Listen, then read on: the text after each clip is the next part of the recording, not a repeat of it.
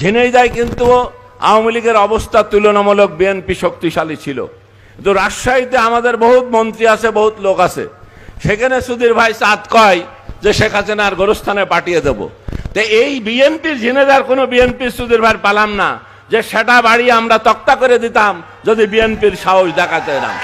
এইরকম সাহস বিএনপি এখনো দেখাতে পারেনি, কারণ বিএনপির এই জায়গা সবচেয়ে দুর্ধর্ষ লোক ছিল যাকে যুদ্ধ অপরাধী হিসেবে ফাঁসি দেওয়া হয়েছে, সেই সালাউদ্দিন কাদের চৌধুরী বিএনপির সময় মশিউর রহমানের দাপটে এই পায়রা চত্বরে বক্তৃতা করেছিল।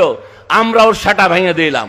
ওর জীবদ্দশায় এই সালাউদ্দিন কাদের চৌধুরী তার জীবদ্দশায় একবারই বাংলাদেশে অপমান হয়েছে, সেটা ঝিনাইদহে অপমান হওয়ার পরেই মশিউর রহমানের পতন হইল, ওই অপমান হওয়ার পরে। কারণ মশিউর রহমান সাহেব সারা বাংলাদেশে ত্রাস ছিল বিএনপির রাজত্বে, সবচেয়ে দামি এমপি ছিল, কিন্তু তিনি ঝিনাইদহে এনেও সালাউদ্দিন কাদের চৌধুরী শেখ হাসিনার বিরুদ্ধে কটূক্ত করার পরে আমরা তাকে ধাওয়া দিয়েছিলাম, তার চকচকে পাঞ্জাবি ছিঁড়ে নিয়েছিলাম। এখানে সংগঠন কত শক্তিশালী আছে তা জানি না, এখানে আওয়ামী লীগের শেখ হাসিনার জন্য জীবন দেওয়ার অগণিত কর্মী এই ঝিনাইদহে আছে, সেটা আমরা বলতে পারি।